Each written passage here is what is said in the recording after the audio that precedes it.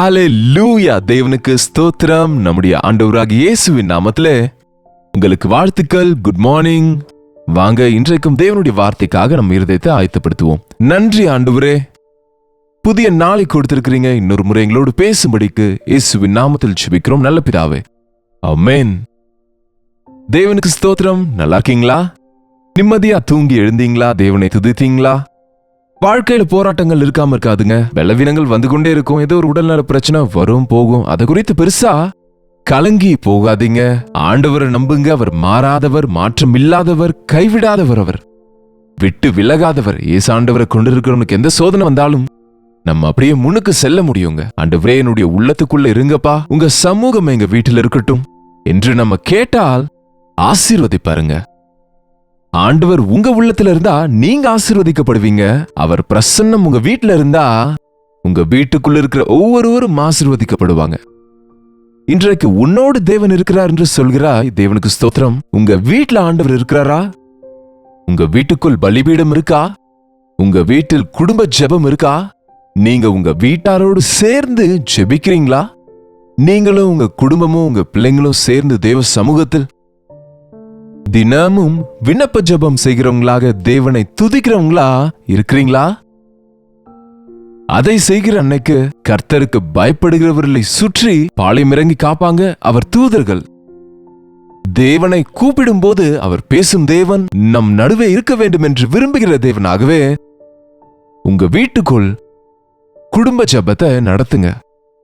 என்னுடைய பக்தி என்னுடையது, என் மனைவியின் பக்தி அவங்களுடையது, என் பிள்ளைங்க அவங்க இஷ்டம் என்பது போல விடாதீங்க. நானும் என்னுடைய வீட்டாரோ கர்த்தரையே சேவிப்போம் என்ற வார்த்தையின்படி வாழ வேண்டும். இதை பழகிக்கோங்க. சரி, உங்களுக்குள்ள கிறிஸ்து இருக்கிறாரா? உங்களுக்குள்ள கிறிஸ்து இருந்தா உங்க வீட்டார் எல்லாரையும் கிறிஸ்துவுக்காக சம்பாதிக்க வேண்டும் என்கிற வாஞ்ச உங்களுக்கு இருக்குமே. லீதியால் தன் உள்ளத்தை ஆண்டவருக்கு கொடுத்த போது தன் வீட்டாரெல்லாம் அவரிடத்துல கொண்டு வந்தாங்க. சிறைச்சாலை தலைவன் கிறிஸ்துவை விசுவாசித்து ரட்சிக்கப்பட்ட போது அவர் தன் வீட்டார் அனைவரையும் ஆண்டவரிடத்தில் வழி நடத்தினார், ஞானஸ்நானம் எடுக்க செய்தார். உங்க வீட்டில் குடும்பம் குடும்பமா தேவனுடைய சமூகத்தில் மாற்றம் அடைந்த அனுபவம் இருக்கா? உங்க வீட்டுக்குள் பலிபீடம் இருக்கா? உடன்படிக்கை பெட்டி இருக்கா? உடன்படிக்கை பெட்டி என்ற வார்த்தையை கேட்டீங்களா? பழைய ஏற்பாட்டில் உடன்படிக்கை பெட்டி ஆசரிப்பு கூடாரத்தில் மிக முக்கியமான மகா பரிசுத்த ஸ்தலத்தில் வைக்கப்பட தேவன் சொன்னபடி செய்தார் மோசே. சித்தி மரத்தால் பெட்டியை செய்து அதை தங்கத்தினால் தகட்டினால் அதை மூடி அதன் மேலே வெறும் தங்கத்தால கிருபாசனத்தை கேருபீன்கள் 2 கேருபீன்கள் அப்படி இப்படி வளைந்திருக்கையில் இங்கே தேவ பிரசனம் இருக்குன்னு அடையாளம் காட்டும்படியாக உடன்படிக்கை பெட்டி அதன் மேல மூடியாயிருக்கிற கிருபாசனம். அதற்கு வளையங்களை வைக்கணும். யாரும் அதை தொடக்கூடாது. அந்த வளையங்களில் கட்டை நுழைத்து அதை சுமந்து செல்லணும். ஏனென்றால் அது ஜீவனுள்ள தேவனுடைய பரிசுத்தத்துக்கு அடையாளம். அந்த பெட்டிக்குள்ளே இஸ்ரவேலரை 40 வருஷமாய் போஷித்து வந்த அந்த மன்னா பாத்திரம். அந்த இஸ்ரவேலரை தேவன் மன்னாவினால போஷித்தாரு. அந்த மன்னாவை ஒரு பாத்திரத்தில் எடுத்து அதிலே வைத்தாங்க. அந்த மன்னா நம் ஆண்டவரே அனுதினமும் இன்றைக்கு அனுதின மன்னா என்று நாங்க ஏற்கனவே வேறு நிகழ்ச்சிகளை வைத்திருக்கிறதுனால் இதற்கு பெயரை அனுதின தியானம் என்று வைத்தோம். இதை இந்த யூடியூபில் கொடுத்து கொண்டிருக்கிறோம். அனுதினமும் தேவன் தம்முடைய வார்த்தைகளால் நம்மை போஷிக்கிறார். 2வது, அந்த 10 கட்டளைகளின் பலகை. 10 கட்டளை பலகை அந்த உடன்படிக்கை பெட்டியில் இருக்கும். அவருடைய கட்டளைகளின்படி நம்ம நடந்து கொள்ளணும். அவருடைய வசனத்தின்படி நம்ம நடந்து கொள்ளணும். அந்த கட்டளைகள் ஒரு விசுவாசியின் வாழ்க்கைக்கு எவ்வளவோ அவசியங்க. அதை நாம நிறைவேற்ற முடியாது. ஆனா நம்ம தேவனுடைய வல்லமையால நமக்குள் நிறைவேறும். 3வது, துளிர்த்த ஆரோனுடைய கோல். ஆரோனுடைய கோல் அது துளிர்த்த கோல். அது ஒரு செடி அல்ல. அது இயேசு கிறிஸ்துவுக்கு அடையாளமா இருக்கு. அவர் மரணத்தை ஜெயித்து உயிர்த்தெழுந்த ஆண்டவர் என்று. அந்த உடன்படிக்கை பெட்டி தேவ பிரசன்னத்துக்கு அடையாளமா இருக்கு. அந்த உடன்படிக்கை பெட்டி இஸ்ரவேல் ஜனங்க தேவனுடைய ஆலயம் விஷயத்துல அலட்சியமா இருந்தபோது அந்த உடன்படிக்கை பெட்டி பிடிக்கப்பட்டது. பின்பு தாவீது ராஜா ஆன போது தேவ சமூகத்தை நேசிக்கிற தாவீது அந்த கர்த்தருடைய பெட்டியை தன்னுடைய தேசத்துக்கு கொண்டு போக வேண்டும் என்று தன்னிடத்துக்கு கொண்டு போக அதற்கு ஒரு புதிய வண்டியை கட்டி அதன் மேலே வைத்து அதை கொண்டு போகும்போது முதல்ல வசனத்தின்படி அதை சுமந்து செல்லணும் லேவியர்கள் மட்டுமே. அங்கே மாடுகள் மிரண்டு பெட்டியை அசைத்த போது தன்னுடைய கையை நீட்டி பெட்டியை பிடித்தாராம் ஊசா என்கிற நபர். தேவனுடைய கோபம் மூண்டது அவன் மேலே. அவன் அங்கேயே விழுந்து செத்தான். என்னங்க, தேவன் பரிசுத்தருங்க, பரிசுத்தரின் பேச்சுக்கு போகாதீங்க. ஜீவனுள்ள தேவனுடைய கரத்தில் விழுவது பயங்கரம். தேவனோடு விளையாடுகிறாங்க இன்றைக்கு அநேகர். இன்னும் அவர் சாந்தமா இருக்கிறாரே தவிர தேவனை மறக்கிறவர்களே ஜாக்கிரதை, கடினமான தீர்ப்பு இருக்கிறது. அந்த கர்த்தருடைய பெட்டியை முன்னுக்கு கொண்டு போக முடியாமல் பக்கத்திலே ஒரு வீடு இருக்கிறதாம். ஓபேத் ஏதோம், ஓபேத் ஏதோம், ஓபேத் ஏதோம் என்கிற அவருடைய வீட்டிலே வைத்தாங்களாம். ஆச்சரியம் என்னன்னா, எந்த கர்த்தருடைய பெட்டியை பிடித்ததினால் ஆபத்து நடந்ததோ அந்த உடன்படிக்கை பெட்டி அவன் தன் வீட்டில் வைத்திருக்கும் பொழுது 14வது வசனம், நாளாகமத்தின் 1வது புஸ்தகம் 13ஆம் அதிகாரம் 14ஆம் வசனம். தேவனுடைய பெட்டி, உடன்படிக்கை பெட்டியை ஓபேத் ஏதோமின் வீட்டிலே அவனிடத்தில் 3 மாதம் இருக்கையில் கர்த்தர் ஓபேத் ஏதோமின் வீட்டையும் அவனுக்கு உண்டான எல்லாவற்றையும் ஆசீர்வதித்தார். இதென்ன? அதே உடன்படிக்கை பெட்டியை ஒருத்தர் கையை நீட்டி பிடித்ததற்கு செத்து போயிட்டாரு, தன் உயிரை இழந்துட்டாரு. அதே தேவனுடைய பெட்டி ஓபேத் ஏதோமின் வீட்டில 3 மாதம் வைத்தபோது அந்த வீட்டில் இருந்த அனைவரும், வீட்டில இருந்த சொத்து பத்தெல்லாம் கூட ஆசீர்வதிக்கப்பட்டது. ஹல்லேலூயா! ஆண்டவர் ஆசீர்வதிக்கிறவர். ஆனா அவரோடு விளையாடினா ஆபத்துங்க. ஜீவனுள்ள தேவன் நமக்கு ஜீவனை கொடுக்கிறவர். ஆனா அந்த ஜீவனுள்ள தேவனோடு விளையாடாதீங்க. மின்சாரம் நல்லதுன்னு நம்ம எல்லாருக்கும் தெரியும். அது அவசியமானது, பிரயோஜனமா இருக்கு, அநேக விதத்தில் நமக்கு உதவியாக இருக்கு. கரண்ட் மூலமா தான் இன்றைக்கு லைட்டு, ஃபேனு, இன்னைக்கு உண்ணா ஒவ்வொரு இயந்திரமும் அதுலதான் வேலை செய்து வீட்டுக்குள்ள எல்லாம் சரியா செயல்படணும்னா கரண்ட் ரொம்ப முக்கியம். எலக்ட்ரிசிட்டி ரொம்ப அவசியம்.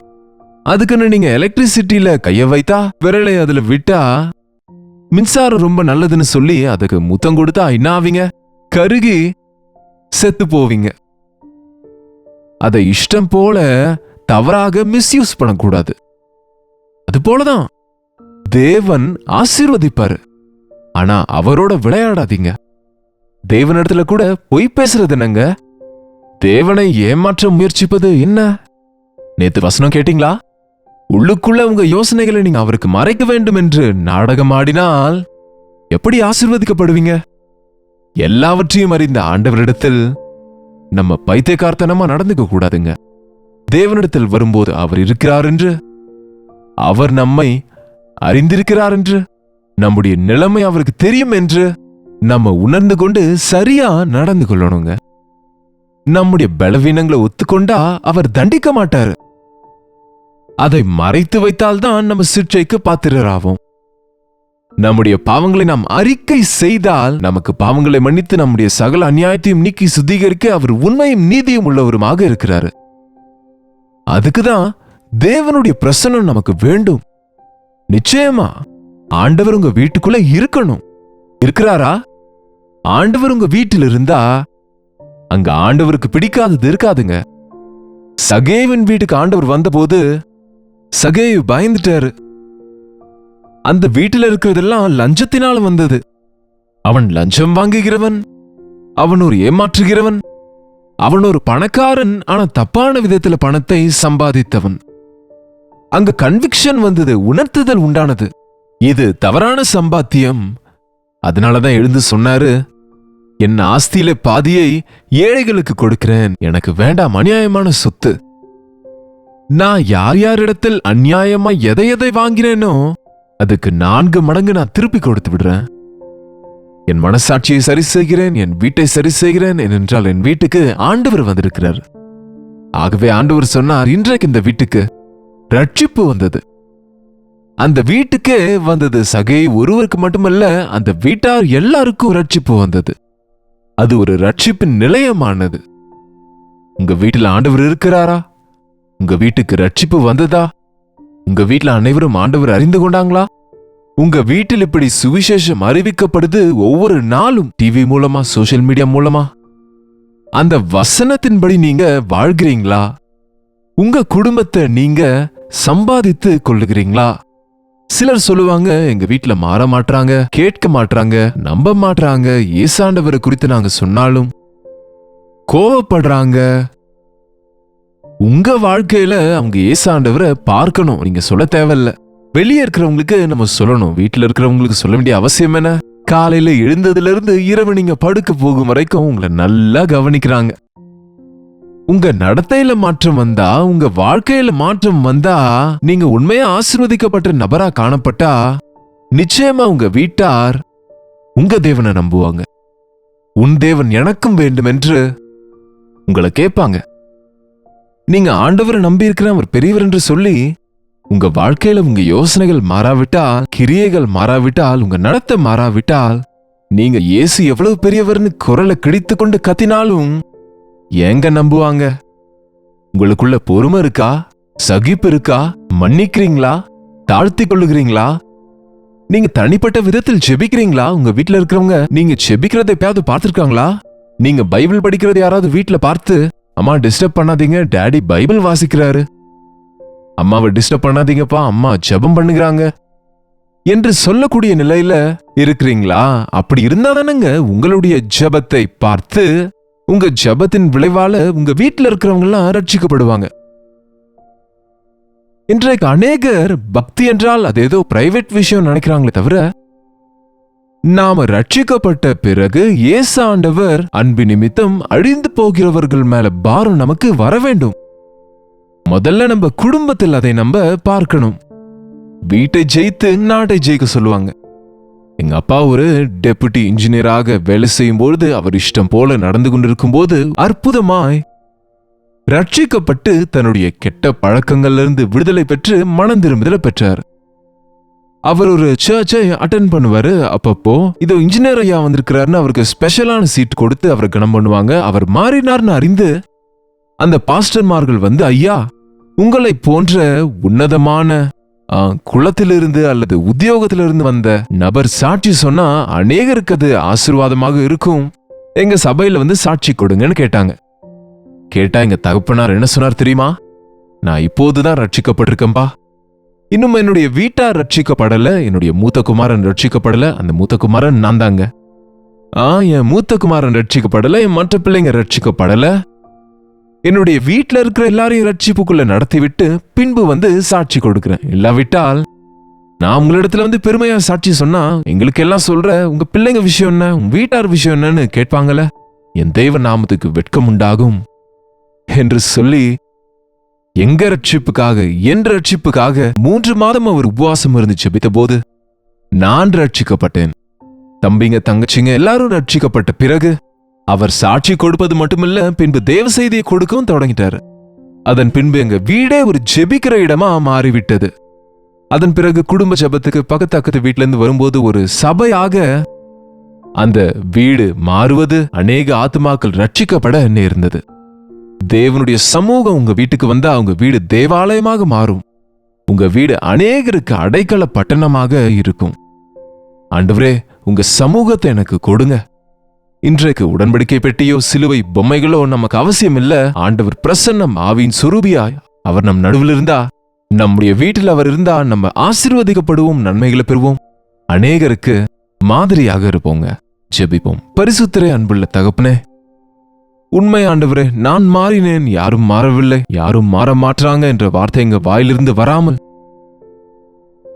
உம்முடைய பாதங்களை பிடித்துக்கொண்டு எங்களை ரட்சித்த ஆண்டவர் என்னுடைய வீட்டார் எல்லாரையும் ரட்சிப்பார் என்ற விசுவாசத்தோடு ஜெபிப்பதற்கு, முக்கியமாக உங்க சமூகத்தை எங்க வீட்டில பார்க்கும்படியாக முழங்காலிட்டு வீட்டில ஜெபிக்கிறவர்களாக, வீட்டில பக்தியை பின்பற்றி குடும்பத்தில் இருக்கிற அசுத்தாவிகளை துரத்துகிறவர்களாக ஜெபிக்கிறவர்களா இருக்க எங்கள் ஒவ்வொருவருக்கும் நீங்க உதவி செய்யும்படிக்கு இயேசுவின் நாமத்தில் ஜெபிக்கிறோம் நல்ல பிதாவே.